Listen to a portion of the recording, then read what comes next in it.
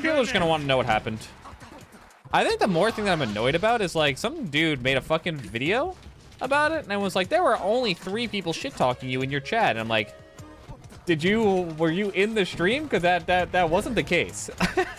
that definitely was not the case. It was more than a few. There were plenty of people. Yeah, Blue Bunny, if someone gets banned, you can't see their messages anymore. So the dude was just completely wrong and I had no idea what it was. Because I genuinely like wanted to quit competing after fucking Saturday. It was very, very disheartening. I mean, it's just, if you have nothing better to do with your time than to shit on someone who's having an obviously hard time. Also, you know what? I'm gonna make people feel like shit. Can you fuck off? My dad had a fucking stroke that week. And I'm obviously not in a good mindset. And then you make a video on me having a mental breakdown when my dad's in the fucking hospital having a stroke. Like, fuck off, bro. These people, like, don't think about what actually goes on in other people's lives. And it's so fucking, like, disgusting. My dad literally had a fucking stroke. And then you're gonna go on and make a video like that? Is he all right? No, he's not all right. He has to go back to the hospital again because he's not all right. He hasn't been all right. I've had to take care of him. Sorry, your dad. I mean, it's fine. I'm just taking care of him. But it's like, I was under like an extraordinary amount of duress. And then this fucking jackass like makes videos on it. It's so stupid.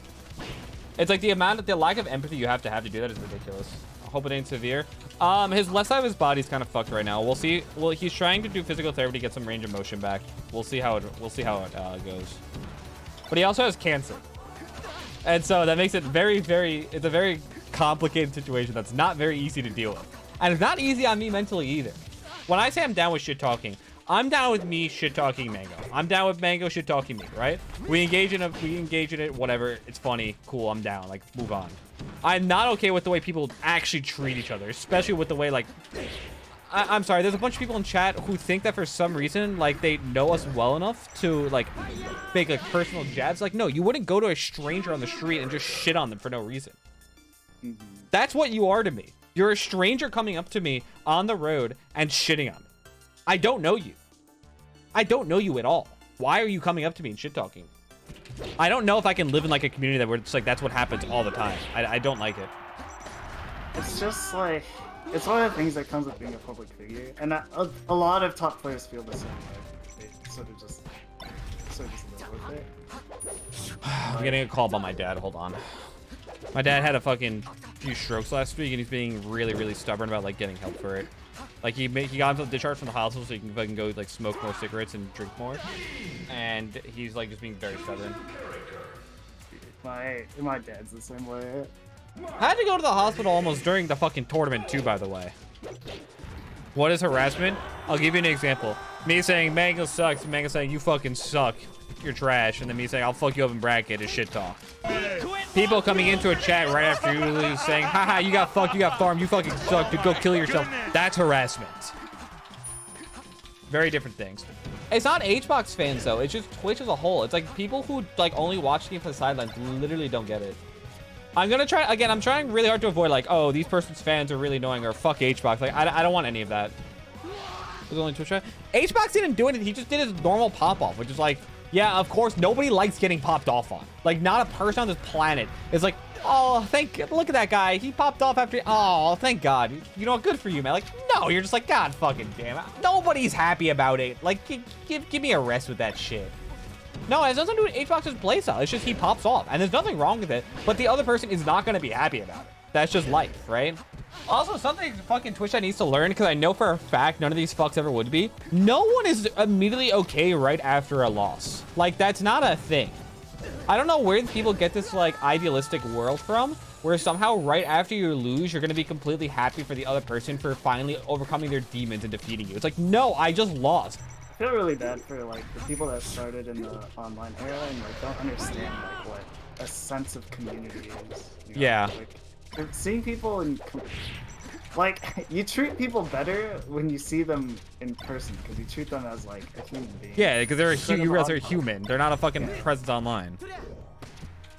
I mean, they also just don't understand like when it's like much easier to see it like when someone's frustrated after a tournament loss. When you in person, like you can feel like their body language and like the kind of energy they have. It's very easy to understand like, oh, they're just like upset right now. They're not like a dick. Even like Aatrox, like people were like, oh, you shouldn't have said bad things about Aatrox after you lost. I'm like, Aatrox complained about me every time he lost about how hard I was camping him. And all he did was discredit like the fact that like, oh, I just can't do it. Like Puff can't do it. This match is impossible. I can't do it on FD. It's like, okay, like I've been there, bro. Like that's why I didn't complain about it. I've been there. I've done that to Marth, right? And so I never once complained about it. It's just frustration. It's like as a competitor, you get that it's just frustration. He's retiring. I'm not retiring, but I have to think about it. I'm more considering if I want to like go back to graduate school. No longer quit law school for this. I have to really think about it. Also, I'll say one thing. Losing after you've won feels so shitty. That's one of the worst feelings I think I've ever experienced. Yeah, no, the loss after I won hurt so much worse than anything I could have ever imagined. I was not ready for how much of a toll that took on me. I felt scared. More than a loss of motivation, I felt scared to lose. More than I ever had before. It's like levels. It's like I was able to have fun because I had gone through all like the fucking hardship that I had to before I won an event. And now that I've won an event, there's so much more hardship that I have to face after that that I haven't experienced before. And I'm gonna have to like learn all that before I can have that mindset again. Because I was very out of it these past few days. I like did not want to do anything. Yeah, I didn't play horribly on Sunday. My set with Laud was sloppy, but I just played well enough. My set with Ginger was pretty okay. My set with Pluff could have definitely gone either way. It didn't go my way that day. That's fine. Saw Moki did well. Saw Zane when I messaged congrats to Zane, and Zane was very nice. He was like if you need anything, I'm here. I went to Mango stream a little bit after everything was said and done, but I couldn't do it. I had to leave. I couldn't stay there. I just couldn't do it. Moki, well, yeah, I'm happy for Moki. He needed to have a good event. Would you say Left is best currently? Fuck no. He won the first to 5. He didn't do anything in bracket yet. I did really want to see Leffen play. Nah, Zane doesn't play out of his mind online. Zane just doesn't let Zane doesn't let bullshit enter his mind when he's online. Zane just puts too much pressure on himself offline. It's not online versus offline. He puts too much pressure on himself offline, which of course I know all too much about. And that's been like, I think that's been eating away at him pretty hard. But it's not just, oh, just put less pressure on yourself and problem solve. It's like, no, it's not that simple. That's what most people don't get about competing. It's never that simple. On one day, it might be where your brain just clicks for whatever reason and you play great. That happened to me at Summit. My brain just for some reason clicked on one day and I was able to have fun. Why can't I do that consistently? I couldn't tell you. I genuinely could not tell you. Yeah, it's just like, they think it's just like you flip a switch and you're good to go.